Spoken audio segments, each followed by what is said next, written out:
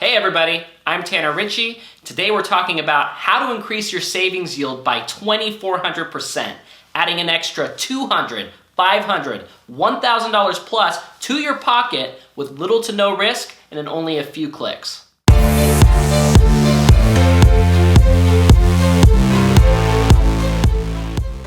So before we kick into this video, all I ask is that if at any point you feel like you've learned something, please just ever so gently caress the like button.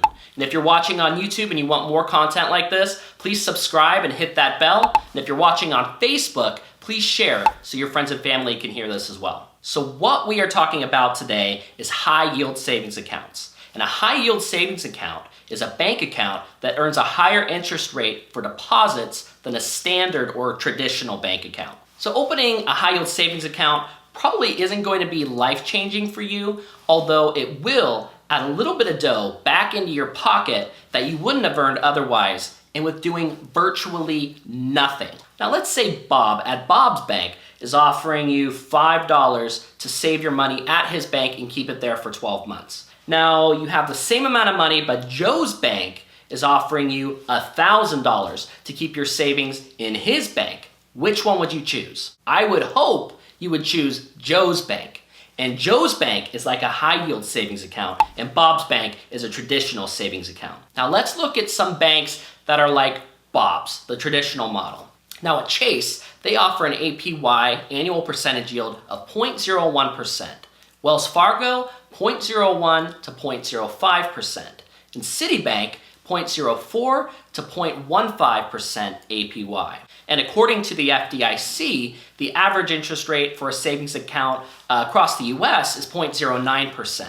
Now let's look at some banks that are more like Joe's bank, high yield savings accounts. One of those banks is Marcus, which is the bank I currently use, and they offer an annual percentage yield of 2.25%. There's also Wealthfront, which I recently found out about, and they offer an annual percentage yield of 2.51%. There's also PNC Bank, which is in the realm of 2.25 to 2.35%, although they have a higher minimum balance, and I won't be focusing on them in this video.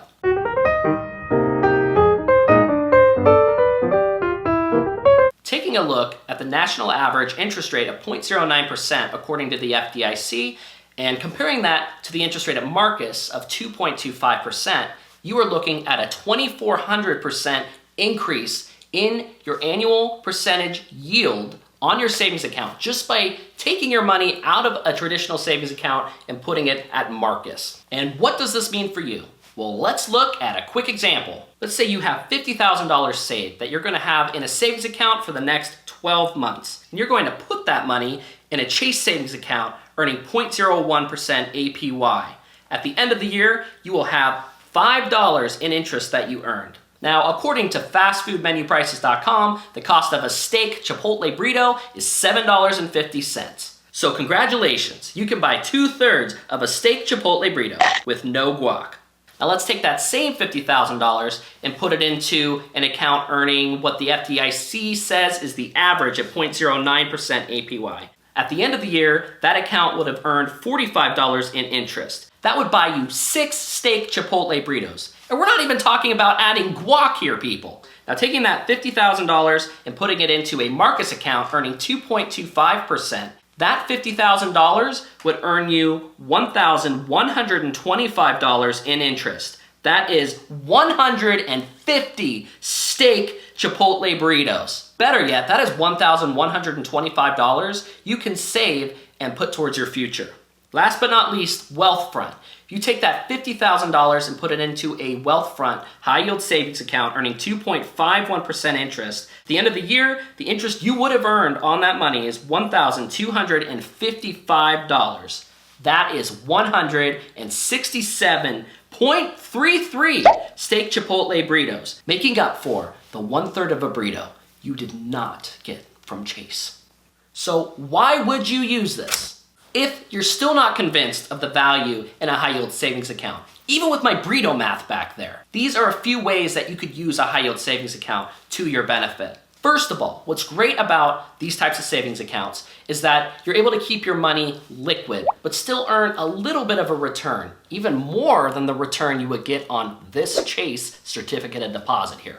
Maybe you're saving up to purchase a house and you don't want those down payment funds in a risky investment. And you also don't know if you're gonna find the right house tomorrow, next week, in a couple of months. So it's nice to keep those funds liquid and ready to access. Second, maybe you have an emergency fund to cover 6 months to a year of living expenses in case something unforeseen happens. And if you're not doing that, I would recommend it. You're able to keep that money safe and continue to grow it while keeping it liquid. Also, you probably have a general savings fund.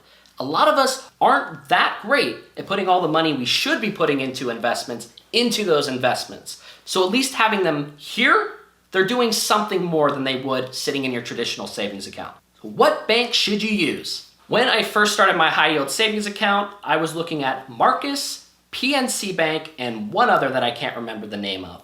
I ended up going with Marcus because they are a subsidiary of Goldman Sachs, and I just felt comfortable putting my money there at that time. Also, I don't know if Wealthfront was actually offering a savings account with a 2.51% annual percentage yield at the time.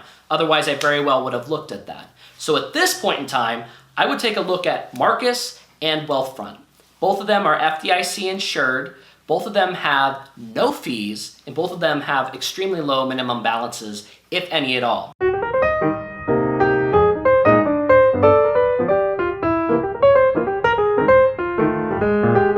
Now, I have spent the last however many minutes singing the praises of high yield savings accounts, but there are just a couple downsides, and I've experienced these firsthand with Marcus. I can't totally talk firsthand about Wealthfront. First of all, Marcus does not have an app. So when you want to transfer money, you do have to get on your computer and do it the old-fashioned way. Also, Marcus is not a traditional bank. So if you want to use the funds in your savings account, you do have to transfer it back to a Chase or back to a Wells Fargo.